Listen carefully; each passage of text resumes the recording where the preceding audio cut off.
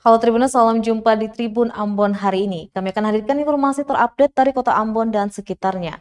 Bersama saya Tanita Patesina, inilah Tribun Ambon hari ini edisi 13 Agustus 2021. Kita mulai dengan berita pertama.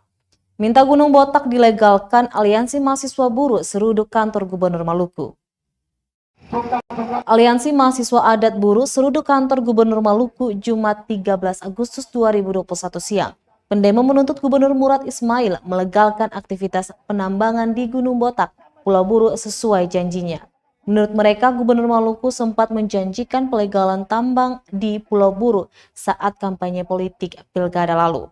Untuk itu, di depan pagar kantor, pendemo meminta mantan Kakor Brimob Polri itu menemui mereka.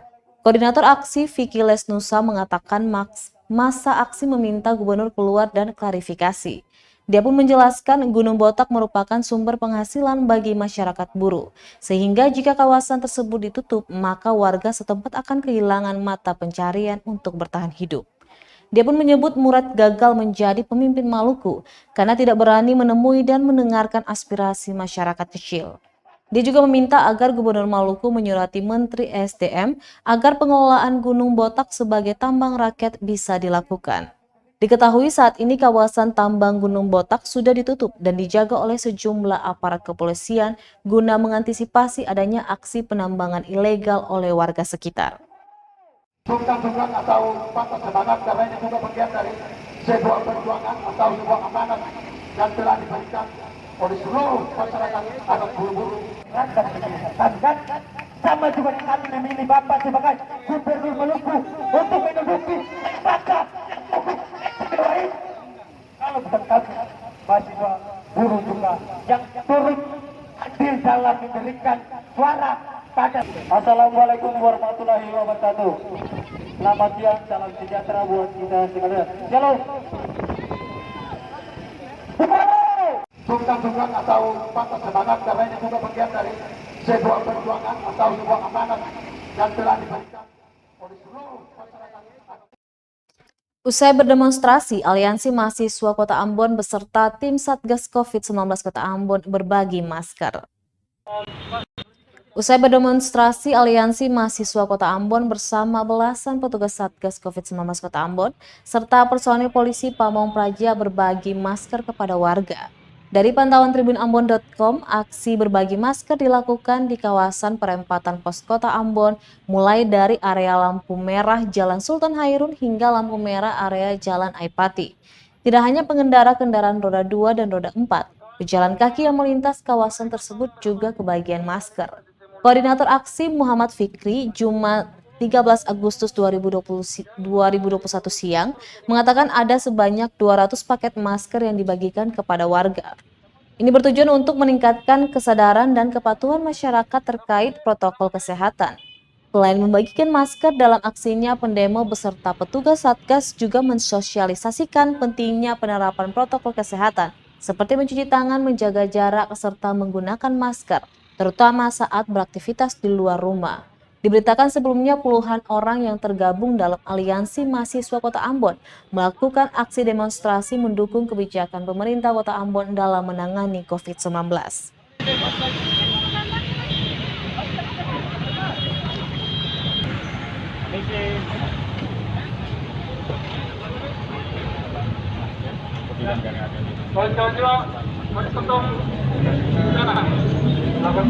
Kita untuk masyarakat atau kita membuat yang namanya kesadaran diri masyarakat bahwasanya kesehatan itu paling penting dan COVID-19 itu benar-benar ada di Indonesia. Jadi khususnya Kota Ambon. Pembagian masker sendiri melibatkan pemerintah gimana? Satu. Sengaja kita tadi untuk sama-sama pemerintah melibatkan pemerintah dalam simbol pembagian masker kepada masyarakat karena memang kita tahu betul program pemerintah ini benar-benar berikhtiar kepada masyarakat sehingga ada harus yang dilibatkan dari pemerintah terkait pembagian masker di Berapa masker yang di? Ada 250 masker. 20 masker. Penanganan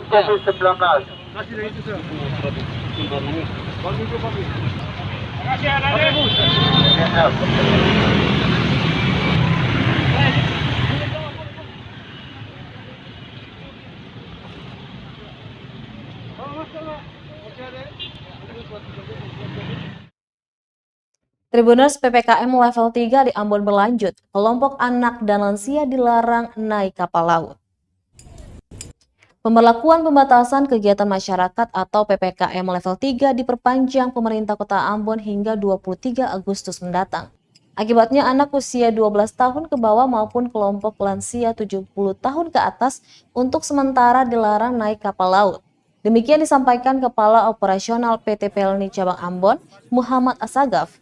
Menurutnya kebijakan tersebut sudah sesuai instruksi Mendagri nomor 32 tahun 2021 tentang provinsi yang menjalankan PPKM level 3.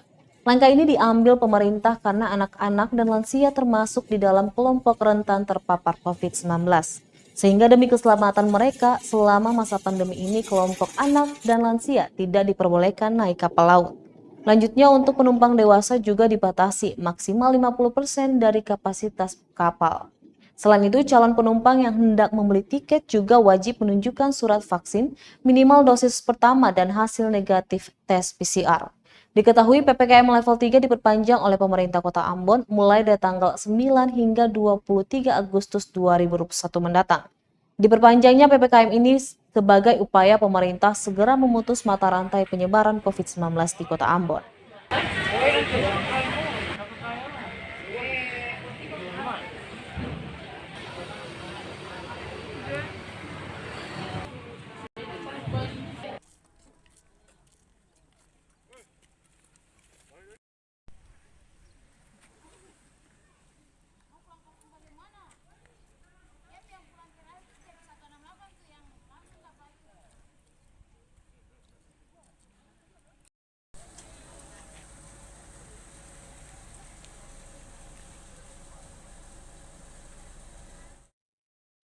Baik, Tribuners, kita beralih ke berita yang unik di Kota Ambon.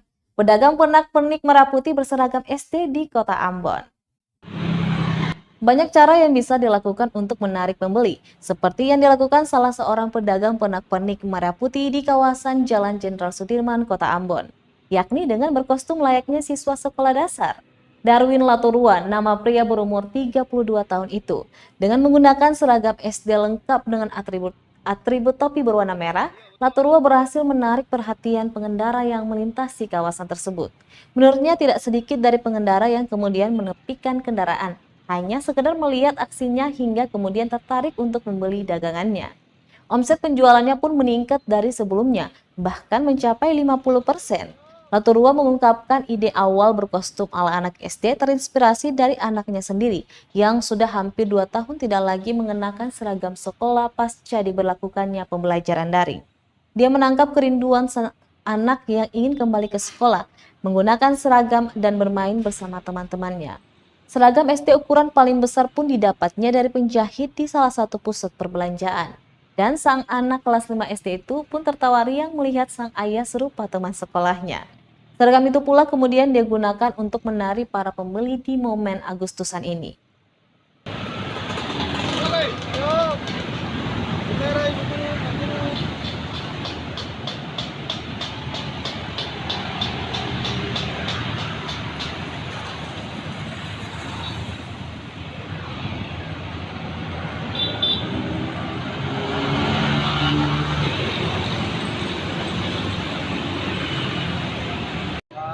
Dasar utama itu dari anak saya yang rewel, yang ingin bersekolah walaupun sekolah dalam keadaan pandemi COVID-19.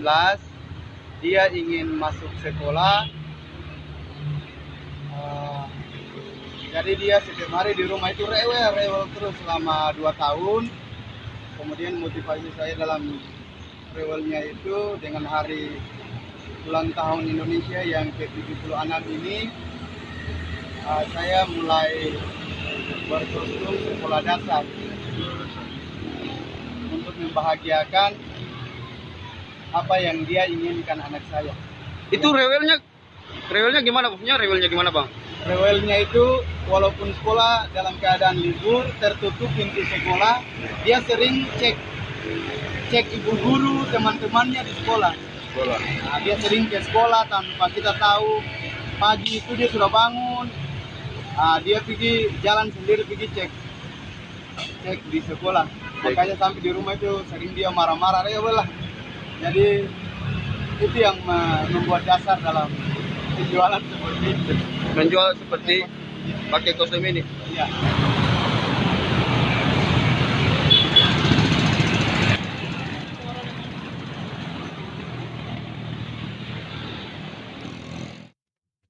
Tribuners atlet remaja cabang olahraga dayung di Maluku jalani vaksinasi dosis kedua.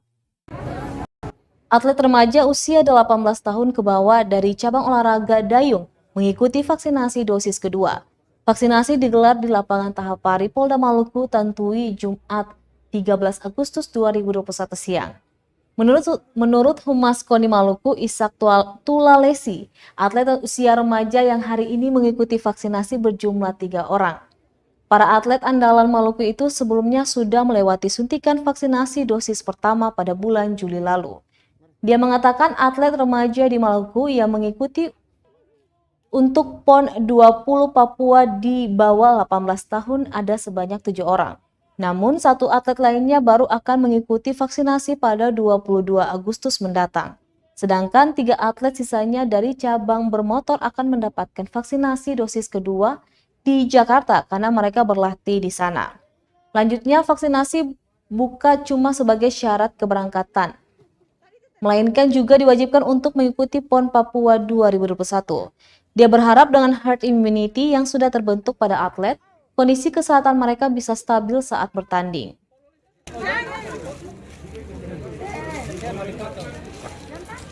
Jangan takut ya, Barenti. Santai saja, Bu. Barenti jual. Aman tuh.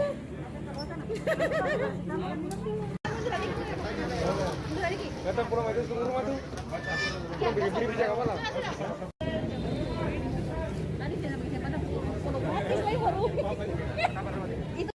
Di Maluku hari ini divaksin ya. Jadi berarti sudah berapa ya, Sobat? Jadi total atlet kita itu ada 44.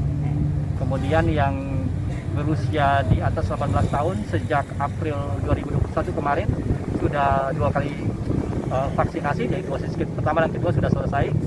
Nah, sekarang ini adalah atlet yang berusia 18 tahun ke bawah.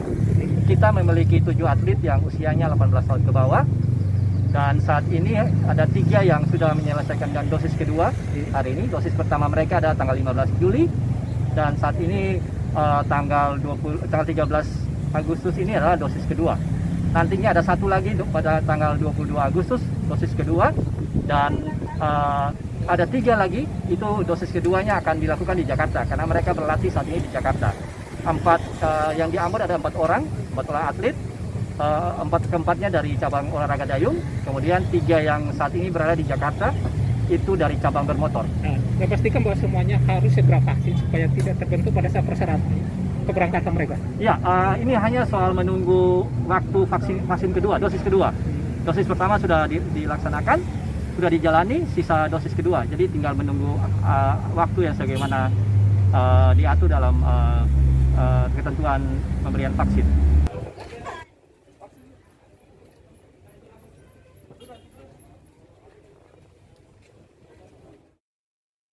Wakil Rakyat Kota Ambon dorong masalah sopir angkot harus selesai sebelum hari kemerdekaan.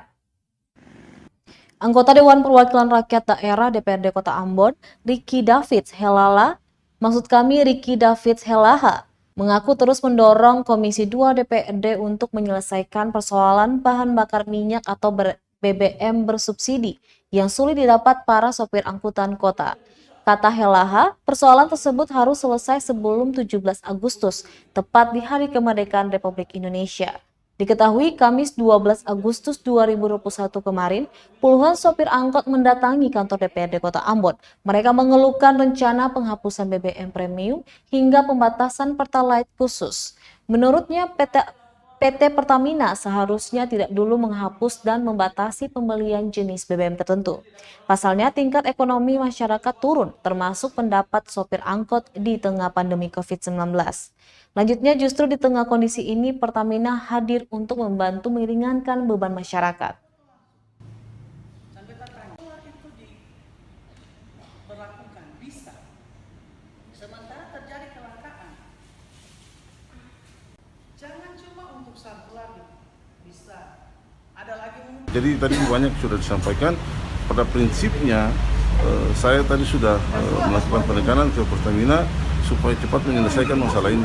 Karena jujur kalau sekarang di bulan Agustus ini tinggal beberapa hari lagi kita sudah memperingati kemerdekaan 17 Agustus, sementara masyarakat dan warga kota bahkan keseluruhan di Provinsi Maluku masih saya bilang belum merdeka, ya, karena di tengah kondisi COVID ini seharusnya Pertamina sebagai BUMN yang notabene adalah bagian dari pemerintah bisa melihat hal-hal seperti ini sehingga tidak terjadi masalah di masyarakat. Kondisi perekonomian menurun, tapi Pertamina terus melakukan promosi-promosi, ya, promosi dengan penjualan Pertalite bahkan Pertamax dan sebagainya. Jadi ini intinya waktunya memang tidak tepat. Kondisi ekonomi masyarakat ini kan lagi turun.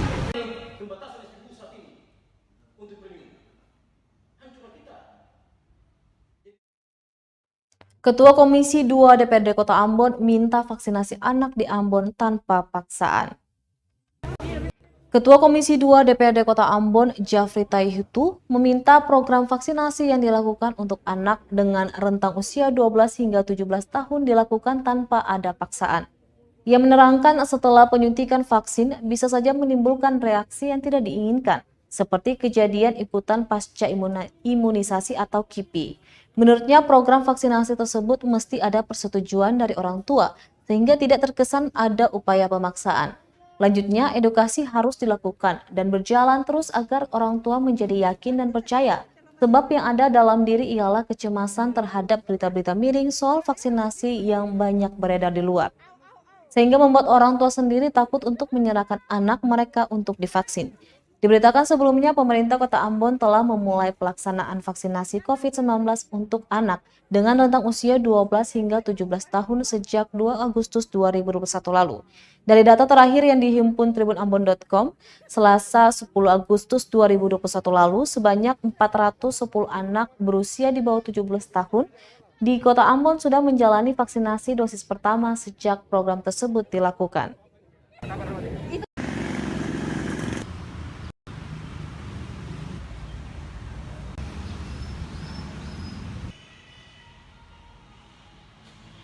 Ini kan program pemerintah pusat, program nasional.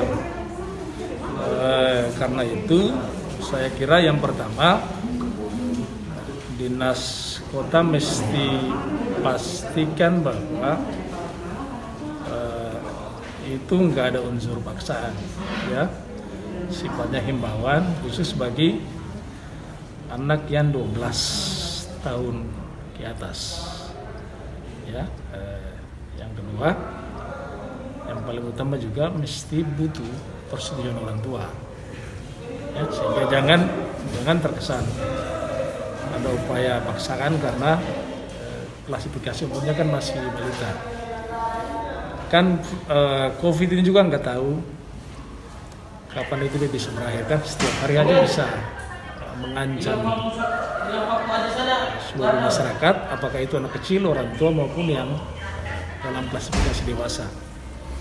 Saya kira ini mesti didukung, di-backup secara politik, dan kami mendukung langkah dan kebijakan Pemkot ini. Dengan catatan tadi yang saya bilang tadi, mesti persetujuan orang tua, dan kedua sifatnya himbauan dan nggak boleh ada paksaan. Karena tujuan dan maksud ini kan baik.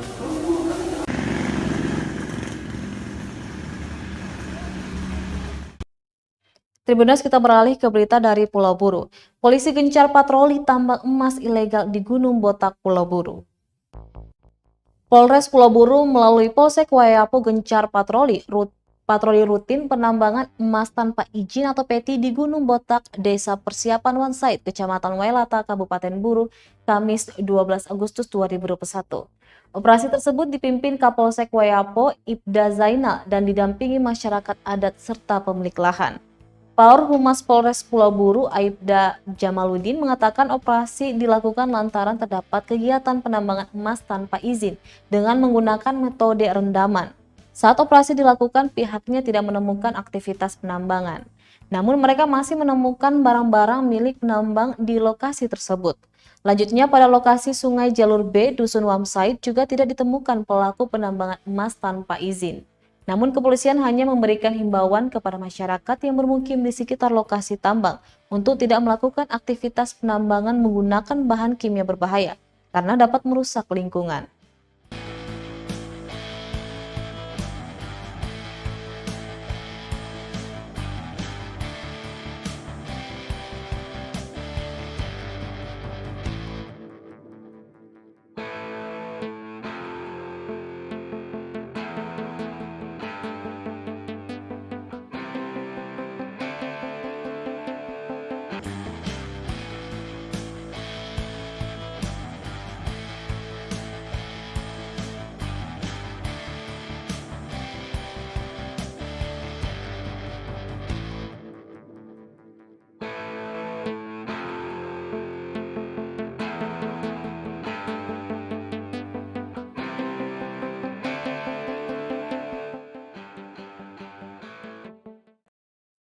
Kejari Buruh minta BPN Buruh blokir 20 bidang tanah milik Ahmad Assagaf.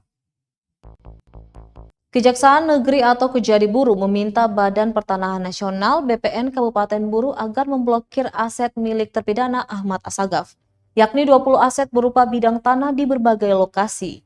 Kata dia, permintaan pemblokiran aset itu diterima langsung oleh Kepala Kantor BPN Buruh Nurdin. Mutadi mengungkapkan permintaan pemblokiran aset dilakukan agar tidak dipindah tangankan. Dia menjelaskan pemblokiran 20 bidang tanah dilakukan sebagai pelaksanaan putusan pengadilan tipikor pada Pengadilan Negeri Ambon.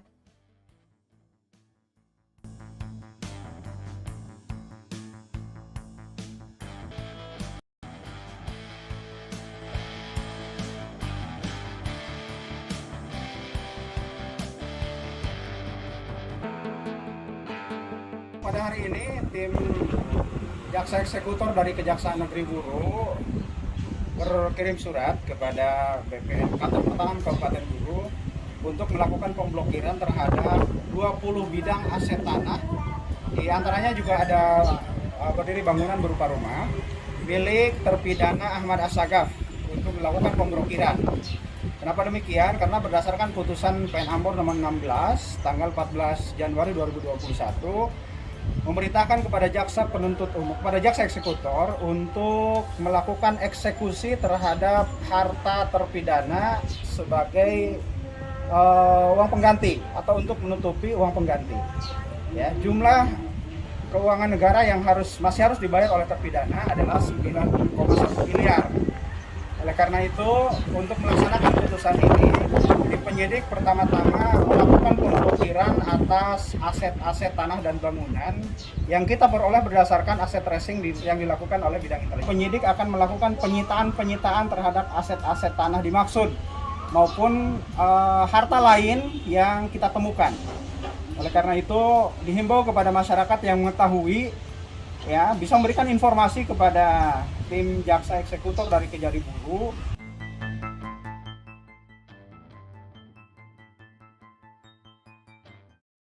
Baik, Tribunnews, berita terakhir berasal dari Kota Ambon.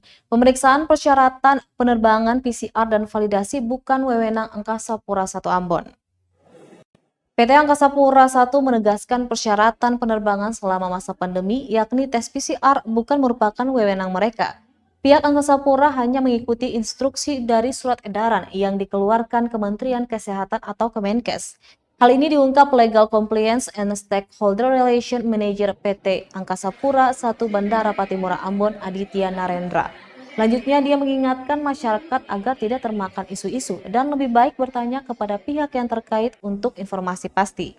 Sebab karantina kesehatan pelabuhan atau KKP kelas 2 Ambon yang mempunyai wewenang melakukan validasi dokumen kesehatan bagi calon pelaku perjalanan.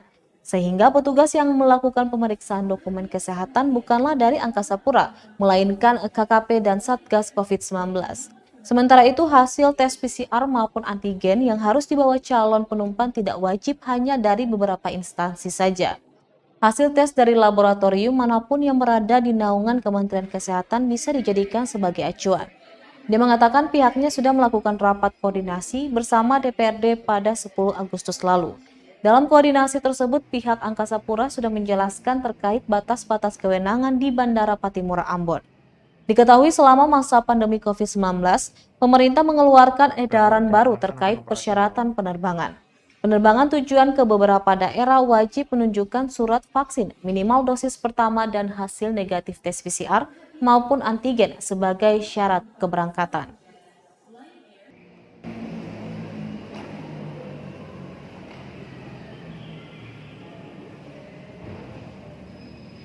Bahwa dalam melaksanakan operasional Bandara Pattimura, PT Angkasa Pura I senantiasa mematuhi peraturan-peraturan dari pemerintah terkait COVID-19. Terus pada pelaksanaan operasional tersebut, PT Angkasa Pura I juga bekerja sama dengan stakeholder di bandar udara. Ya, salah satu diantaranya adalah kantor karantina kesehatan pelabuhan atau KKP kelas 2 Ambon. Ya, selanjutnya kami juga perlu sampaikan bahwa terhadap penulisan dalam berita tersebut yang menyatakan ada oknum pegawai yang mengharuskan untuk PCR di Siloam Hospital atau Prodia, kami bisa kami sampaikan bahwa tidak ada pegawai kami yang menyatakan atau mewajibkan PCR harus berasal dari Siloam Hospital atau Prodia. Tidak ada seperti itu. Yang kemudian personil kami itu PT Angkasa Pura I Cabang Bandara Pattimura Ambon itu tidak memiliki kewenangan untuk melakukan validasi atas dokumen kesehatan calon penumpang. Dalam hal ini validasi atas hasil tes RT-PCR dan hasil tes antigen, kami tidak memiliki kewenangan untuk validasi tersebut. Validasi atas dokumen kesehatan tersebut dilaksanakan oleh KKP bersama dengan Satgas COVID-19.